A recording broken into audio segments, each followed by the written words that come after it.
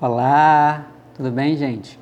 Bom, nós vamos continuar a nossa formação sobre Pentecostes, tá? Estamos nos preparando para a festa de Pentecostes que chega no final da Páscoa e nada melhor do que estarmos bem informados para bem celebrarmos esse momento, tá? Na semana passada, nós demos uma viagem, panorâmica, sobre as principais festas do calendário dos judeus.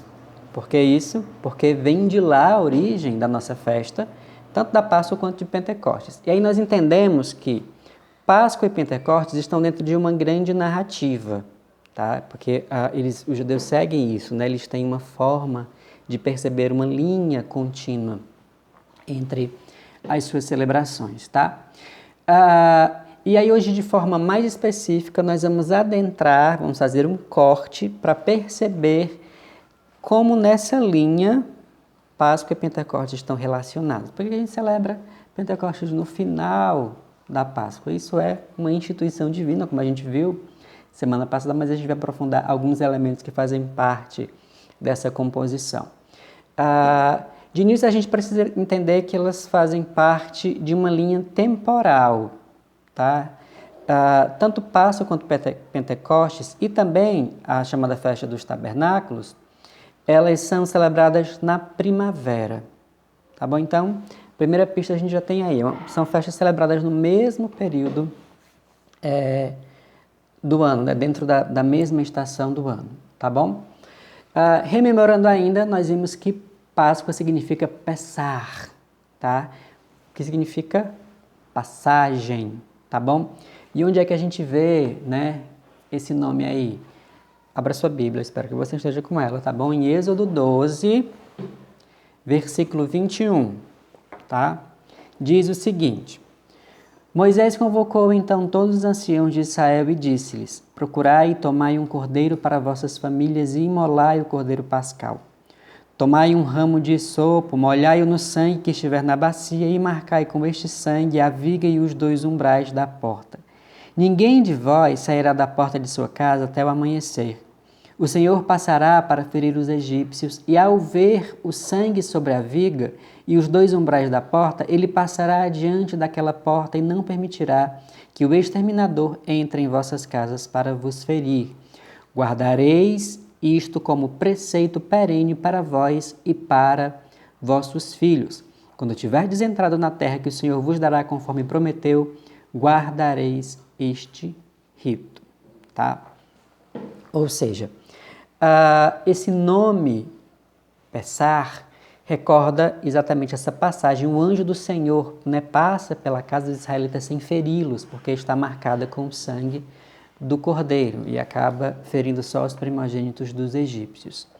Além disso, Pessar é essa passagem da situação de escravidão para a liberdade. Lembrando mais uma vez que Egito significa Mitzrayim, lugar que não dá espaço. Então, além de um lugar físico em que Israel era oprimido, onde eles não podiam viver de forma livre, A gente lembra que Faraó disse para as parteiras que elas não deixassem os filhos dos israelitas nascerem, dos hebreus nascerem. Então, eles não tinham direito à vida ali. Então, eles saem dessa situação, desse lugar espacial que não lhes dava espaço para crescer, para inclusive viver, e também de um lugar, de uma situação existencial. Eles não tinham liberdade, sequer liberdade interior, para professar a sua própria fé, para viver as suas festas, para ser quem eles são, o que eles eram. Entendeu? Então, eles fazem essa passagem. No meio do caminho, porque eles estão caminhando para o deserto, eles chegam ao Monte Sinai, ou Monte Horebe, onde eles recebem as famigeradas tábuas da lei. Tábuas que trazem mais do que mandamentos, tá? Não são só ordens de Deus, são instruções, orientações para que o povo viva na liberdade.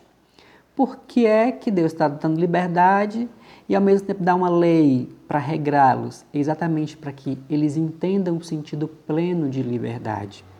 A liberdade do povo de Deus está em viver de acordo com a vontade de Deus. Não uma verdade que oprime, não uma verdade que não lhes dá espaço, mas uma verdade que lhes planifica, que lhes orienta. Tá? Por isso é importante que a gente entenda que a lei de Deus, os mandamentos de Deus, nenhum mandamento,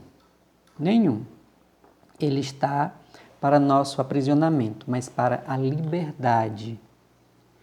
Imaginem, eles não sabiam como se comportar diante daquela imensidão. O deserto também é lugar que mostra a imensidão, o espaço grande. Eles estavam naquele espaço limitado, agora tem esse espaço enorme. Então eles precisavam entender. E eram tão limitados que até se tira sal das cebolas do Egito. Por isso Deus lhes dá realmente instruções para que eles entendam e tenham até mesmo a paciência para com o que está por vir. Tá bom? Então, esse momento também é um momento muito importante. Deus institui a sua lei para o povo, na sua caminhada rumo à terra prometida, que é promessa de Deus. Tá bom? Vamos ligando esses fatos, tá? Passagem, terra, lei, tá? Bom, nós, quando começamos a estudar, vamos descobrindo muitas coisas que estão nas entrelinhas dos textos bíblicos e a partir também de outros elementos extra-bíblicos. E uma coisa que o estudo nos esclarece é que na Gênese, na formação do povo, eles não são compostos somente pelo povo que saiu do Egito. No meio do caminho eles vão encontrando outros povos, outras tribos, e ao chegar na terra de Canaã, que é a terra que o Senhor tinha prometido a Israel, essa terra já tinha alguns habitantes, tá? Alguns foram conquistados, com outros foram firmadas alianças. Então Israel acabou agregando esse povo que já estava naquela terra ao seu povo. É bem possível que uma grande parte do povo cananeu que fez aliança são os que viviam nos campos, tá? E os camponeses, né? Consequentemente, os camponeses cananeus. E é possível que tenha vindo deles a origem dessa festa. Talvez os cananeus, né, os camponeses, já celebravam essa festa da colheita, das colheitas, e Israel agregou essa tradição para si, que não é mais só uma tradição dos camponeses cananeus, é de todo Israel, porque agora eles fazem parte do mesmo povo. E o nome original dessa festa, segundo alguns estudiosos, é Hag HaKazir, tá? Que é exatamente o dia, né, a festa, na verdade, da festa da colheita, tá bom? Porque por se tratar exatamente do momento que eles celebravam a colheita dos grãos, do trigo e também da cevada. Com o decorrer do tempo, com a maturação, né, das tradições, com irem agregando novos elementos, Israel nomeia essa festa agora de Shavuot, tá? Hag Shavuot, que é exatamente a festa das semanas. E por que festa das semanas? Porque ela durava 7 semanas. Contaram-se 49 dias que havia passado a Páscoa. No 50º, eles davam início a essa festa. Então, 50 dias, no 50º dia após a solenidade da Páscoa, essa festa se iniciava. E era uma festa longa, tá? Feita por vários momentos, tá bom? E quando é que ela começa a se chamar Festa de Pentecostes? Daqui a pouco a gente vai ver como é que desenvolve a festa. Mas ela ainda do nome. Como é que se desenvolve essa festa, como é que se torna, né? Festa de Pentecostes, como é que se nomeia, quando, tá? Esse nome, Pentecostes, é um nome que vem do grego, tá? Que significa o 50º. Ele é agregado, ele se torna popular depois que os gregos, né, como Alexandre Magno, começam a conquistar o mundo, o mundo daquela época, e aí eles conquistam também o território de Israel, e a gente sabe que a dominação helenística, né, eles além da dominação territorial, né, era forte a dominação cultural. Então, eles introduzem vários elementos da cultura grega e também a sua língua, né? Ela se tornou uma língua popular entre os judeus, tanto os que estavam em Israel, tá? Alguns, claro, relutaram muito para não trair as suas tradições, para não trair a língua divina, a língua sagrada, como de outros judeus que já viviam fora de Israel e estavam também em lugares conquistados pelos gregos, tá? Então, é aí que ganha esse nome. Mas não perde o sentido continua sendo o mesmo, ainda é a festa das colheitas, tá? Ainda é a festa das semanas, tá bom? Essa mudança de nome, ela não trouxe percas, tá? Para a gênese da festa. Ela foi agregando outros elementos, que a gente vai ver que elementos são esses, tá? A festa se iniciava logo que a foice era lançada contra as espigas, tá bom? Cortou lá o primeiro, dá-se início à festa. Então, as pessoas iam para os campos, elas se reuniam lá e aí eles começavam. Um dado importante, que não pode ser esquecido, é que Israel tinha todo um cuidado com os pobres. Quem eram os pobres? Eram considerados chamados pobres do Senhor, aqueles que tinham necessidades, né, especiais, e não eram só, é pobre financeiramente, não, mas estavam em certas situações. O estrangeiro, o órfão e a viúva eram as 3 classes de pobres. Então, o estrangeiro, porque ele não tinha um lugar, talvez não tivesse um lugar seu, e mesmo ele não aderindo à fé judaica, Israel não podia esquecer que um dia, isso está na Bíblia, que eles foram escravos no Egito, eles foram estrangeiros no Egito, e eles não poderiam tratar do mesmo jeito os estrangeiros que chegavam, com a opressão. A viúva, porque estava sem o seu esposo, tá? E o órfão, que estava sem os seus pais. Então, todos aqueles que não tinham como prover o seu sustento e seu alimento eram assistidos. De que forma? Eles se beneficiavam com as espigas que caíam no chão, com os frutos que caíam no chão. E isso não era esquecido nessa festa. Ou seja, o agricultor ia lá colher, o camponês ia colher o seu fruto, aquilo que caísse no chão não era dele. Mas eu sou o dono dessa terra. Não, o dono dessa terra é o Senhor. Se ele deixou cair, isso não é seu, é do pobre, é daquele que está precisando. E assim eles iam, né, se sustentando, não faltava alimento para eles. E por isso, em todo campo, né, tinha um órfão, tinha uma viúva, tinha um estrangeiro que estava ali esperando a sua parte dentro daquela riqueza. O livro de Ruth nos narra essa situação, né? Ela está lá indo para o campo para colher as espigas, para, né, ajudar no sustento da sua sogra Noemi, tá bom? Depois eles reuniam tudo isso, os frutos, certo? Eram os primeiros frutos que eles colhiam, e aí não era o primeiro, não eram os primeiros, eram vários, tá? E eles se juntavam, tá bom? Para seguirem peregrinação para o lugar de culto. Com a instituição de Jerusalém como a cidade santa, né, com a construção do templo, o lugar de culto virou exatamente Jerusalém. Por isso essa é chamada de uma das festas de peregrinação. O povo vai até o templo para ofertar os dons da terra que eles tinham recebido. E aí, antes disso, antes dessa reunião final, né, eles iam se agregando com amigos, com famílias e também com os estrangeiros. Os estrangeiros também faziam parte. Por quê? Porque eles também deviam dar graças ao dom que lhes tinha sido dado. Tá bom? E aí, o feixe de trigo, ou a cevada, era apresentada, né, como oferta a Deus, que é doador da terra e fonte de todo o bem, tá? Com o decorrer do tempo, essa festa ganhou também um outro significado, não é só mais a festa das colheitas, é também a festa da Torá. Eles celebravam também a lei de Deus que estava sendo dada para o povo. E aí ele ganha um outro caráter, um caráter histórico, não só mais agrícola, né?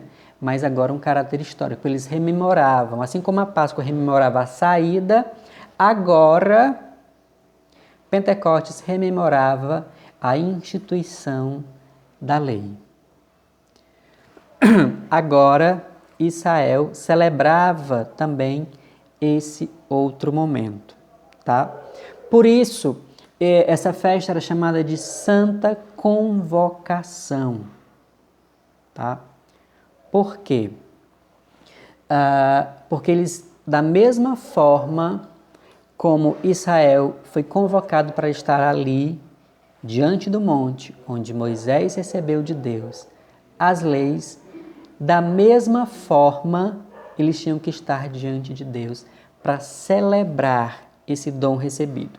E eles celebravam 2 dons: a terra, que era um dom de Deus, terra que foi prometida antes do Êxodo, que foi alcançada, e essa mesma terra lhes dava as riquezas, os frutos com os quais eles se alimentavam. Tá? E aí a gente percebe essa correlação que existe entre os 2 momentos. Israel sai da promessa e alcança a terra. Israel recebe o dom dos mandamentos, né, da Torá, para que ele possa, nesta terra, viver bem o seu culto, viver bem a sua religião. Tá bom? Então, Pentecostes é a celebração desses 2 grandes dons, terra e lei, que foram dadas exatamente com as promessas do Êxodo e no caminho até a terra prometida. Deus é doador do dom da terra e doador do dom da lei. Quando eles celebram, eles ofertam esses frutos, eles estão devolvendo para Deus aquilo que Deus lhes dá. Para Israel, a terra tinha uma significação muito grande. Por quê? Porque ela era um grande dom de Deus. E para esse dom ser bem usufruído, eles precisavam da lei. Tá? Existem os desdobramentos do Código de Leis que falam exatamente do respeito, do cultivo, de como eles devem fazer, de como eles precisam colher e por que colher, em que determinado tempo colher. Então, está tudo dentro da mesma narrativa. Israel ganha uma terra e essa terra não pode ser tratada de qualquer forma. Essa terra precisa ser respeitada como lugar da manifestação de Deus, como dom de Deus. Tudo que eles recebem desta terra, eles recebem pela graça de Deus. Porque Deus lhes deu essa terra. Porque Deus é o Deus da terra. Porque Deus é doador de todos esses dons. Da mesma forma, eles recebem desse Deus como viver nessa terra. Então, as coisas estão interligadas aí. Então, Israel é livre para viver no lugar da liberdade, na terra que mana leite e mel, a sua vida, a aliança que eles firmaram. As 2 festas, elas têm como pano de fundo exatamente a aliança, o cuidado de Deus para com o seu povo.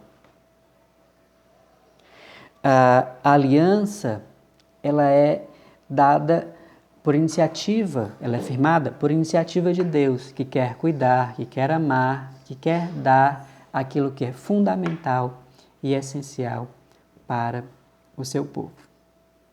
Tá bom? Então, vamos deixar esse gancho. A aliança é o que perpassa as 2 festas, tá bom? E esses elementos, terra e a lei, a Torá, né, são elementos presentes nos 2 momentos. Uma é dada, aliás, uma é prometida e é celebrada no Pentecostes, outra é dada e celebrada também no Pentecostes.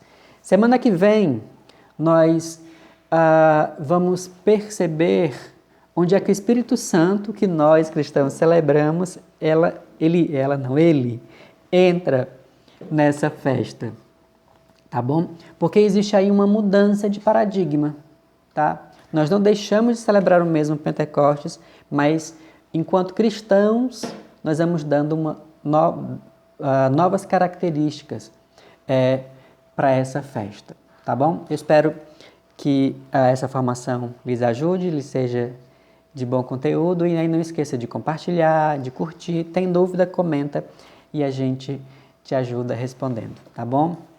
A gente se vê até a próxima formação.